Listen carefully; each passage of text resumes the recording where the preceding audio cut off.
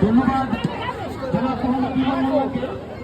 এ পর্যায়ে শুভেচ্ছামূলক বক্তব্য নিয়ে আছেন জনাব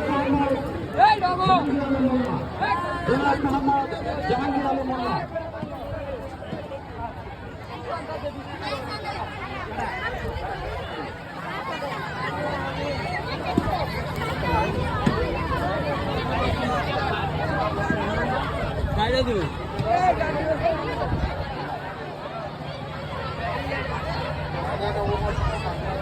বাঙালি সংস্কৃতির একটা অংশ, এটাকে বাঁচিয়ে আমরা করেছি। যেগুলো নারীদের দিকে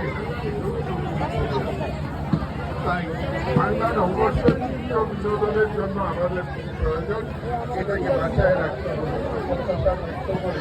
সবাইকে নববর্ষের শুভেচ্ছা জানিয়ে আমার সংক্ষিপ্ত বক্তব্য শেষ করলাম।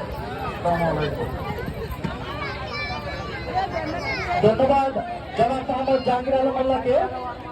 এ পর্যায়ে সংক্ষিপ্ত আকারে শুভেচ্ছামূলক বক্তব্য নিয়ে আছেন জনাব মোহাম্মদ ফজলুল হক মিলন ভাই।